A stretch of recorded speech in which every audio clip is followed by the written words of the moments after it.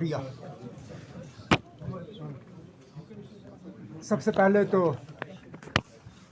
आपकी वसादत से मैं करगिल की आवाम का शुक्रिया करना चाहता हूं। जिस तरह उन्होंने नेशनल कॉन्फ्रेंस और नेशनल कॉन्फ्रेंस के साथ मिलके कांग्रेस को जो मैंडेट दिया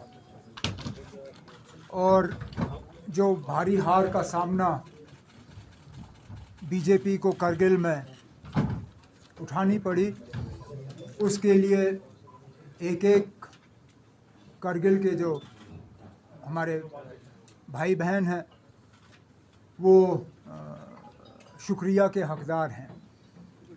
उसके साथ साथ अपने तंजीम के साथियों को मैं मुबारकबाद पेश करना चाहूँगा। ये कामयाबी न मेरी है, न नासिर की है, न यहाँ पे श्रीनगर में हम में से किसी की। ये कामयाबी करगिल में मेरे तंजीम के जो साथी हैं, एडिशनल जनरल सेक्रेटरी कमर अली आखून साहब से लेके डिस्ट्रिक्ट प्रेसिडेंट हाजी हनीफा जान साहब, आउटगोइंग सीईसी करगिल फ़िरोज़ खान साहब और उनके साथ तमाम जो हमारी टीम है, दिन रात उन्होंने मेहनत की और हमारी जो 12 सीटें हैं ये उनकी कामयाबी का नतीजा है।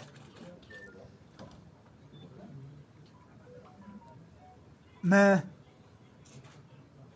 वक्तन फ़वक्तन आप सबों के साथ जहाँ कहीं मुलाकात हमारी हुई है, अक्सर बेशतर आप लोगों ने इलेक्शन के बारे में पूछा और कहा कि इलेक्शन की तैयारी कैसे चल रही है, नेशनल कॉन्फ्रेंस इलेक्शन को किस तरह देखती है। और हमेशा मेरा जवाब आपको यही था कि इलेक्शन के लिए हम तो तैयार हैं, लेकिन न मरकज़ की हुकूमत तैयार है, न बीजेपी वाले तैयार हैं, क्योंकि वो डरे हुए हैं, वो लोगों का सामना करना नहीं चाहते। आज सबूत आपके सामने है। 2019 अगस्त 5 के बाद पूरे मुल्क को, न सिर्फ मुल्क को बल्कि दुनिया भर में बीजेपी ने ये फैलाने की कोशिश की कि जम्मू कश्मीर का बंटवारा, बिलखसूस लद्दाख को जम्मू कश्मीर से अलग करना, ये लद्दाख के लोगों की दिल की तमन्ना थी, उनकी ख्वाहिश थी और उस ख्वाहिश को पूरी की गई। आज ये साबित हुआ कि जम्मू कश्मीर को उसका बाइफरकेशन करना, लद्दाख को जम्मू कश्मीर से अलग करना, जितना ये हमें कश्मीर में बुरा लगा, जितना आज हम कहें कि जम्मू को भी ये पसंद नहीं आई बात, इतनी ही ये बात जो है करगिल के लोगों को खटकती है। अब बीजेपी वाले आपको शायद ये कहने की कोशिश करेंगे कि वहाँ जी मुसलमान अक्सरियत है, इसलिए नतीजा इस तरह रहा। तो पहले तो मैं उनसे पूछूंगा, क्या फिर लद्दाख का बंटवारा सिर्फ मजहबी बुनियाद पे हुआ? क्या सिर्फ मज़हब देख के हुआ? और अगर इस सारे चीज़ को आप मज़हब के तराजू में तोल रहे हो तो फिर आप शायद भूल रहे हो कि लद्दाख खित्ता भी मुसलमान अक्सरियत है। बेशक वहाँ बौद्धों की आबादी जो है कम नहीं है, लेकिन अक्सरियत लद्दाख में जो है मुसलमानों की है। और इस इलेक्शन में बौद्ध वोट जो है वो बीजेपी को नहीं गया। अगर गया होता तो नतीजे शायद अलग होते। इस इलाके से हमारा भी एक बुद्धिस्ट काउंसलर जीत के आया है पदम से। तो ये भी नहीं कहा जा सकता कि नेशनल कॉन्फ्रेंस ने मज़हब के बुनियाद पे वोट हासिल किए। हकीकत ये है कि ये इलेक्शन डेवलपमेंट और इन सब चीज़ों के बारे में कम और 5 अगस्त 2019 के बारे में ज़्यादा था। और करगिल के लोगों ने अपने वोट से साबित किया कि वो इस फैसले के साथ नहीं हैं। रही बात हमारे इलेक्शन की, इस नतीजे के बाद तो शायद ये कहा जा सकता है कि हमारे इलेक्शन हमसे और ज़्यादा दूर चले गए। अभी तक तो हमें ये उम्मीद दी जा रही थी कि असेंबली के इलेक्शन नहीं होंगे, लेकिन सुप्रीम कोर्ट में जब 370 को लेके बात चल रही थी तो वहाँ पे हुकूमत के तरफ से ये कहा गया था कि पंचायत और अर्बन लोकल बॉडीज़ के इलेक्शनों की तैयारी की जा रही है। लेकिन पिछले दिनों दिल्ली में होम मिनिस्टर साहब की मीटिंग के बाद जो रिपोर्ट्स देखने को मिल रही हैं, उनके मुताबिक लगता है कि अब ना पंचायत इलेक्शन करने की इनको हिम्मत है, ना बल्दियाती इलेक्शन करने की इनको हिम्मत है। शायद इनका बस चलता तो ये यहाँ पे ये पार्लियामेंट का इलेक्शन भी नहीं कराते, लेकिन पार्लियामेंट इलेक्शन इनकी मजबूरी बन गई है।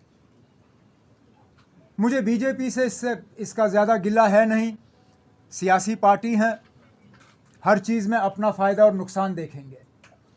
अगर मुझे गिला किसी से है तो वो इलेक्शन कमीशन से है।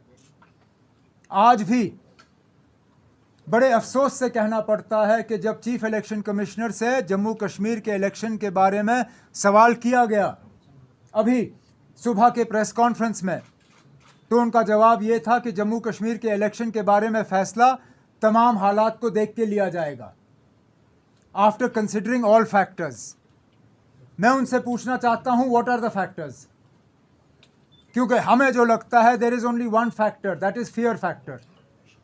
वो बीजेपी को जो फियर फैक्टर है, बीजेपी वाले इससे पहले राजभवन के पीछे छुपते थे, अब चीफ इलेक्शन कमिश्नर के पीछे भी छुपना शुरू कर गए हैं।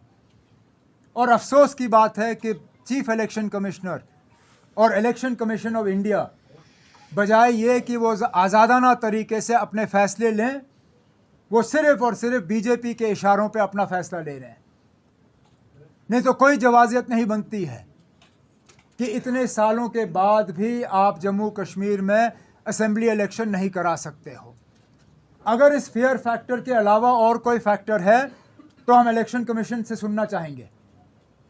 क्या यहाँ पे इंटरनल सिक्योरिटी हालात जो हैं इस हद तक बिगड़ गए हैं कि अब आप इलेक्शन कर नहीं सकते हो? अगर बिगड़ गए हैं तो बताइए, क्योंकि अभी तक तो पूरी दुनिया को ये बताया गया था कि जम्मू कश्मीर में 5 अगस्त 2019 के बाद हालात में बहुत ज़्यादा बेहतरी आई है। यहाँ करोड़ से ज़्यादा टूरिस्ट आ रहे हैं, पता नहीं कितने कितने नंबर यहाँ दिए जा रहे हैं। अगर ये सब सच है तो फिर हमें बताइए ना, क्या फैक्टर है? आप किन फैक्टरों को कंसिडर कर रहे हैं? क्योंकि आप बार बार ये जो है राजभवन या इलेक्शन कमीशन के पीछे छुप के लोगों को अपने हक से महरूम नहीं रख सकते। लोगों का हक है अपनी हुकूमत का फैसला करना। क्या हमें उतना हक नहीं है जितना मध्य प्रदेश, छत्तीसगढ़, राजस्थान, तेलंगाना और मिज़ोरम को है? अगर वहाँ पे आज वक्त के मुताबिक इलेक्शन का ऐलान हो सकता है तो जम्मू कश्मीर में क्यों नहीं? जम्मू कश्मीर के आवाम के तरफ से आज ये मेरा सीधा सीधा सवाल chief election commissioner of India से है। मेहरबानी करके जम्मू कश्मीर के लोग आपसे सुनना चाहेंगे, what are the factors that are responsible for denying the people of Jammu and Kashmir their democratic right to a government?